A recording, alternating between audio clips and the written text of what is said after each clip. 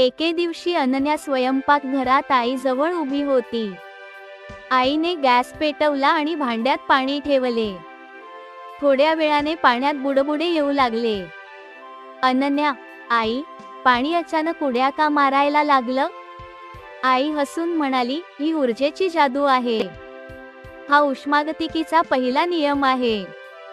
तो सांगतो, ऊर्जा कधीच तयार होत नाही आणि नाहीशीही होत नाही. ऊर्जा फक्त रूप बदलते.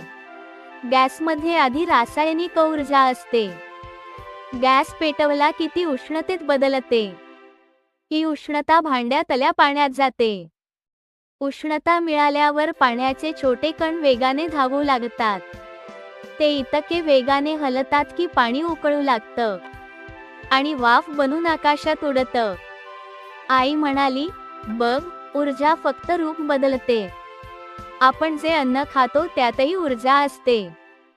ती ऊर्जा आपल्याला धावायला, खेळायला मदत करते. म्हणजे अन्नातील ऊर्जा हालचालीत बदलते. अनन्या आनंदाने म्हणाली, म्हणजे ऊर्जा सुपरहिरो सारखी काम करते. आई म्हणाली, हो बाळा, ऊर्जा कधीच थांबत नाही. त्या दिवशी अनन्याला ऊर्जेची जादू समजली. आमच्या कथा आवडत असेल तर लाईक, कमेंट, शेअर करा, सबस्क्राईब करा आणि नवीन कथा मिळवण्यासाठी बेल आयकॉन प्रेस करा.